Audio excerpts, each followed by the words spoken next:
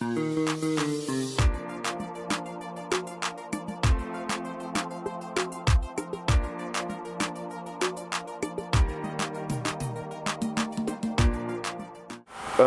encore, bien-aimés, pour ce temps que Dieu nous a encore donné, afin que nous puissions continuer avec notre enseignement que nous avons commencé la fois passée à l'école de Job. Alors, avant d'aller plus loin, j'aimerais encore que nous puissions prier. Seigneur Dieu Tout-Puissant, nous te disons encore merci, Seigneur, pour cette opportunité que tu nous donnes de parler à ta part, Seigneur. Nous sommes que des humains. La Bible déclare que si l'homme parle à l'homme, l'homme ne sauve pas l'homme. La Bible dit, poussés par le Saint-Esprit, les hommes ont parlé de la part de Dieu. Seigneur, je prie que ce temps, je sois poussé par le Saint-Esprit, afin que ces messages puissent bénir quelqu'un. Je prie qu'après ces messages, qu'il ait une vie d'avant, mais plus une vie d'après. Tout pour la gloire de ton nom. Au nom de Jésus, Amen. Encore bonjour ou bonsoir, selon l'heure à laquelle vous nous suivez. Et je prie que Dieu vous bénisse abondamment pendant que vous êtes en train de suivre cet enseignement. Que Dieu vous bénisse abondamment de partout où vous êtes. Que la gloire de Dieu se manifeste dans votre vie et que ces messages puissent orienter votre vie. Que ces messages puissent vous conduire vers une destinée meilleure que l'Éternel a prévue pour vous. La fois passée, nous avions commencé notre enseignement sur les thèmes à l'école de Job. Et nous avions lu, je crois, 4 portions des Écritures. Job chapitre 30 du 19 au 30e verset. Mais aussi Job chapitre 23 du 12 au 14e verset. Nous avons lu aussi Job chapitre 1er du 21e au 22e verset. Enfin, nous avions lu Daniel chapitre 11, le verset 32. Et en introduisant cet enseignement la fois passée, nous avions dit que nous allions donner ces messages ou bien orienter ces messages par 5 directions. Nous avions donné l'introduction générale où dans l'introduction nous avions parlé des définitions des termes. Et là on avait parlé de l'école et nous avions parlé de Job. Mais aussi le deuxième point dans ce premier chapitre, nous avions parlé nous avions parlé de motivation, mais aussi de raison d'être de cet enseignement. Et après, nous avions donné comme 3e sous-point notre public cible par rapport à ces messages. Et nous n'aurions pas tout le temps de donner tous les détails. Si vous pouvez encore resuivre le message passé, vous allez mieux comprendre ce que nous avions parlé la fois passée. Et on avait aussi parlé du point par rapport au public cible, par rapport à qui Dieu adressait ces messages. Et nous avions dit que Dieu adresse ces messages aux hommes et aux femmes qui ont accepté Jésus-Christ dans leur vie comme Seigneur et Sauveur. Mais aussi nous avions dit que Dieu a envoyé ces messages, ou par ces messages, Dieu veut parler à ceux qui passent par des moments de souffrance, à ceux qui traversent des situations compliquées et qui se reprochent de rien.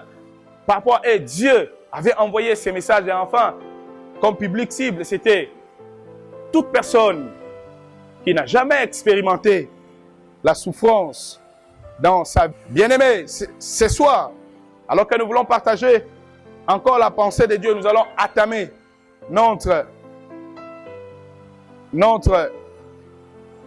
premier chapitre qui est intitulé, notre deuxième chapitre s'il vous plaît, qui est intitulé « Les caractéristiques de l'école de Job ». Les caractéristiques de l'école de Job.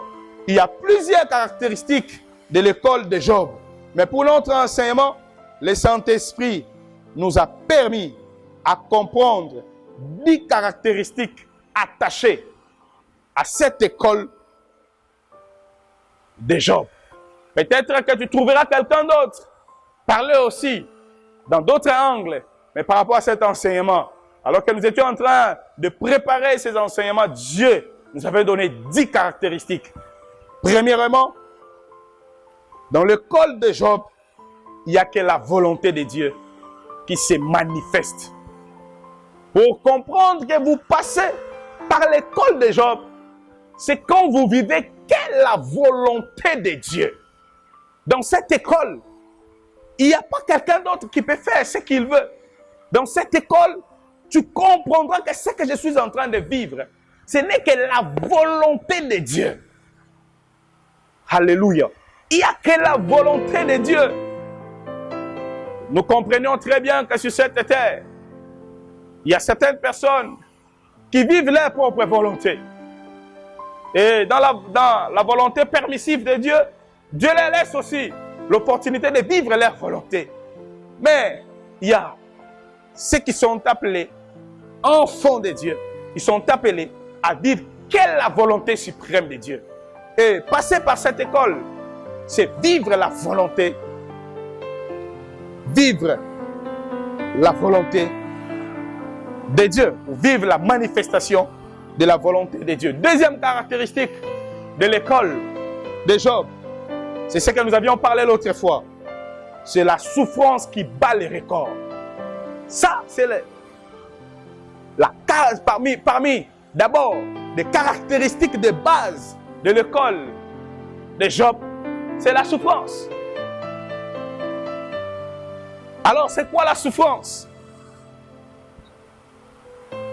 La souffrance, c'est ce qu'on appelle douleur physique ou morale, état de celui ou de celle qui souffre. La souffrance, c'est la douleur physique ou morale, état de celui ou de celle qui souffre. Deuxième idée, tolérance en vertu de laquelle on accepte certaines choses que l'on pourrait empêcher.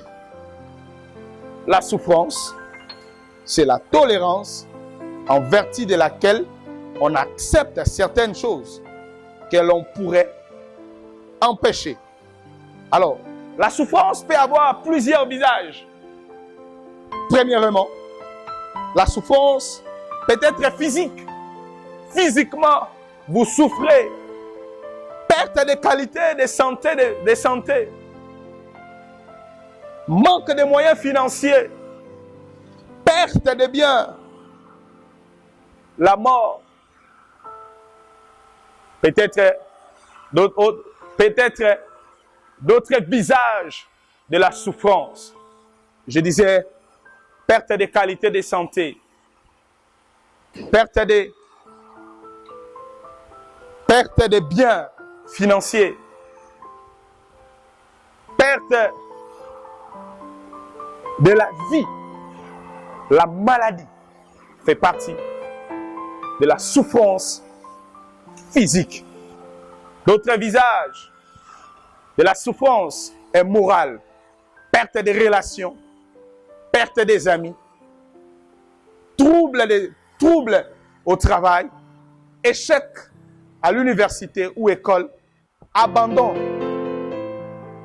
abandonné par sa famille, s'il vous plaît, et ses amis. Fait partie de la souffrance. La souffrance peut être morale. Moralement, là où vous êtes, vous réfléchissez beaucoup.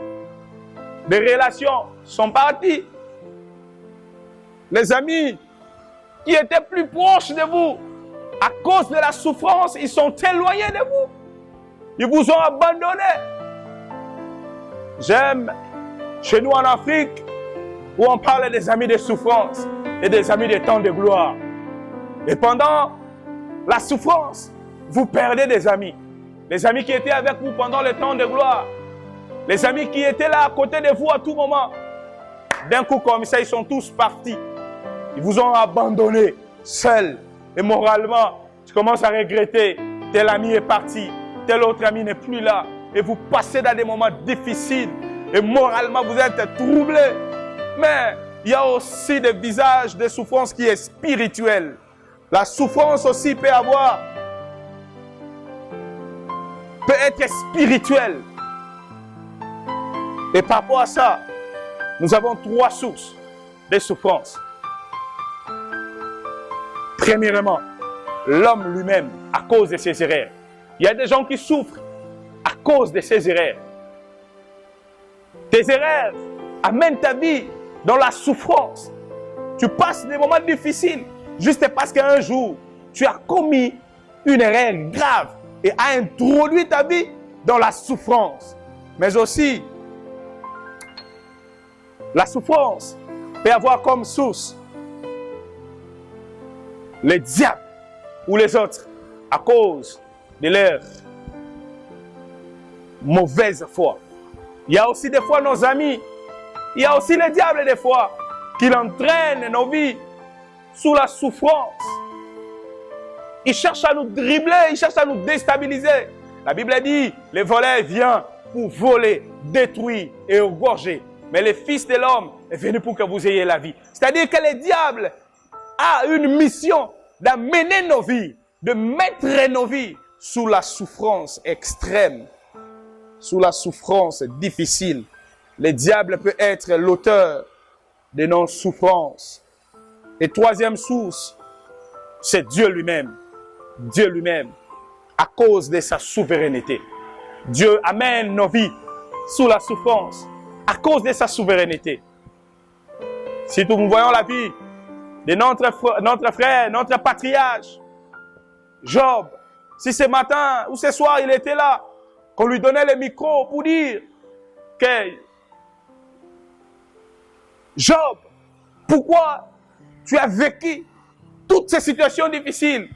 Ils vous diront une chose, que toute la gloire lui revienne. C'est-à-dire qu'il a compris une chose, que ce qu'il était en train de vivre comme souffrance, l'auteur, il a compris à un moment donné, il a compris que ce qu'il possédait, c'est Dieu qui lui avait donné. Et si aujourd'hui il n'en a pas, c'est le même Dieu lui-même aussi qui a permis qu'il puisse perdre. Et dans le cadre de notre enseignement, j'aimerais que nous puissions rester dans cette école, dans l'école où la souffrance a comme auteur, a comme source Dieu lui-même. Dieu lui-même. Écoutez ces affirmations. On reconnaît la maturité d'un homme pendant la souffrance. Bien-aimé, la maturité d'un homme est reconnue pendant la souffrance.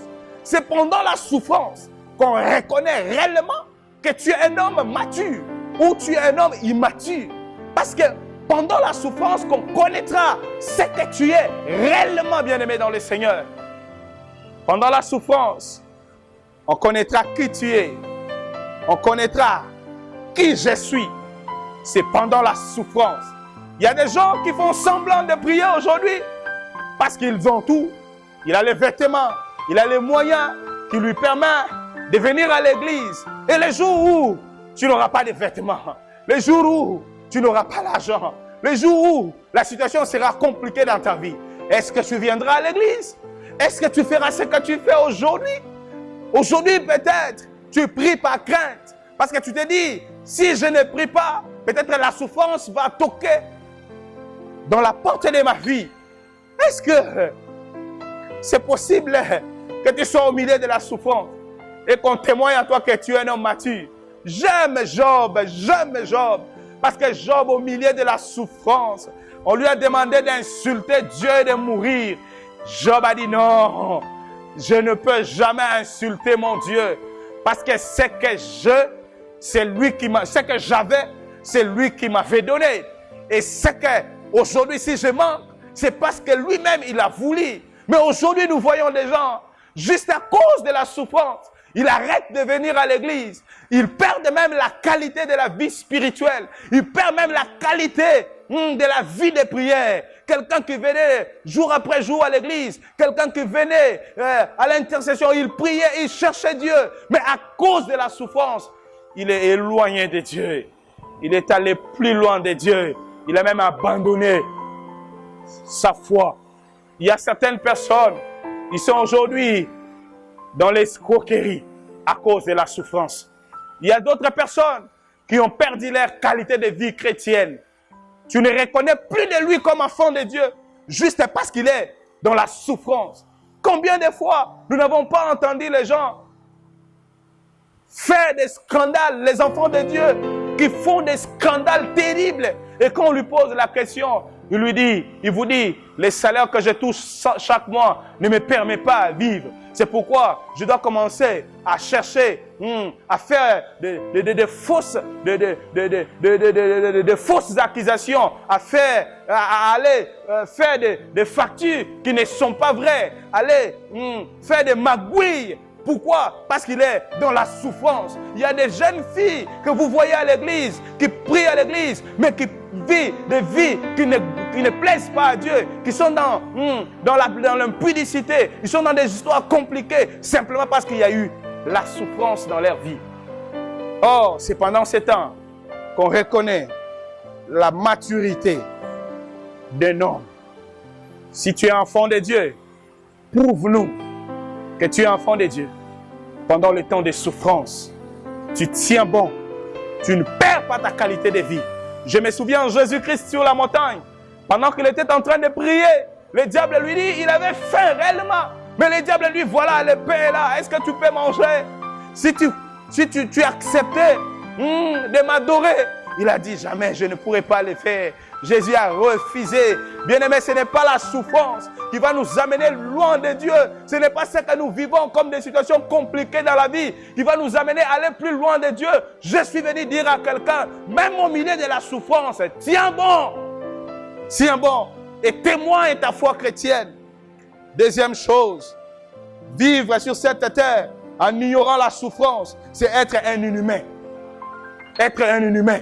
Vivre sur cette terre et ignorer la souffrance, c'est être un inhumain. Tu ne peux pas vivre sur cette terre tout en ignorant la souffrance. Le premier chrétien a vécu la souffrance dans sa vie. Nous sommes appelés à vivre la souffrance. Même si tu n'acceptes pas, ce n'est pas parce que toi tu n'acceptes pas la souffrance que la souffrance ne viendra pas. La souffrance viendra et viendra certainement. Troisième point. Ne pas considérer ce que tu appelles souffrance. Considérer ce que tu appelles souffrance. Peut-être que Dieu a un autre nom donné à cela. Ce que toi tu appelles souffrance, peut-être que Dieu a un autre nom pour ça. Il y a des gens, ce qui traversent, ils l'appellent souffrance, mais quand Dieu voit ça, il n'appelle pas souffrance. Dieu a un autre nom pour ça. Quatrième affirmation, le christianisme est l'unique religion où il y a la satisfaction en Christ au milieu de la souffrance. Le christianisme est l'unique religion où il y a la satisfaction en Christ au milieu de la souffrance. Je traverse la souffrance, mais je suis satisfait. Il y a des gens qui se posent la question, si nous voyons ta vie, tu n'as pas raison d'être heureux. Si nous voyons ta vie, tu n'as pas raison d'aller à l'église. Mais pourquoi tu es content? Mais pourquoi tu es en joie? L'unique raison est que nous tirons notre satisfaction pas sur ce que nous avons comme le bien matériel. Notre satisfaction est christocentrique et centrée sur Jésus-Christ. C'est pourquoi je ne peux pas avoir des enfants, je suis content. J'ai l'âge avancé, je ne me suis pas marié, je suis content. Je n'ai pas de compte en banque, je suis content. Je ne sais pas comment demain je vais vivre, mais je suis content. Pourquoi? Parce que je tire ma satisfaction en Christ et non à ce que j'ai. Non à ce que j'ai en main, mais c'est ce que j'ai en Christ. À l'école de Job, troisième caractéristique. À l'école de Job, on fit la solitude. Quand tu traverses l'école de Job, tu vis ce qu'on appelle la solitude. Job chapitre 12, verset 4 au 5e. Je suis pour mes amis un objet de raillerie. Quand j'implore le secours de Dieu, le juste, l'innocent, un objet de raillerie. Au malheur, le mépris, c'est la devise des heureux. À celui dont le pied chancelle est réservé le mépris. Bien-aimé, il y a un moment où Job a senti la solitude. Il a tout perdu. Ses enfants, sa femme, ses amis, ses relations. Quand tu passes par cette école, attendez-vous à ce que vos amis les plus proches seront éloignés de vous. Vous allez vivre la solitude. Vous seriez abandonnés de tous. Job chapitre 1er toujours, chapitre 19, le verset 1 en 5. La Bible dit, Job prit la parole et dit, jusqu'à quand affligerez-vous mon âme et m'écraseriez-vous de vos discours? Voilà 10 fois que vous m'outragez. N'avez-vous pas de honte?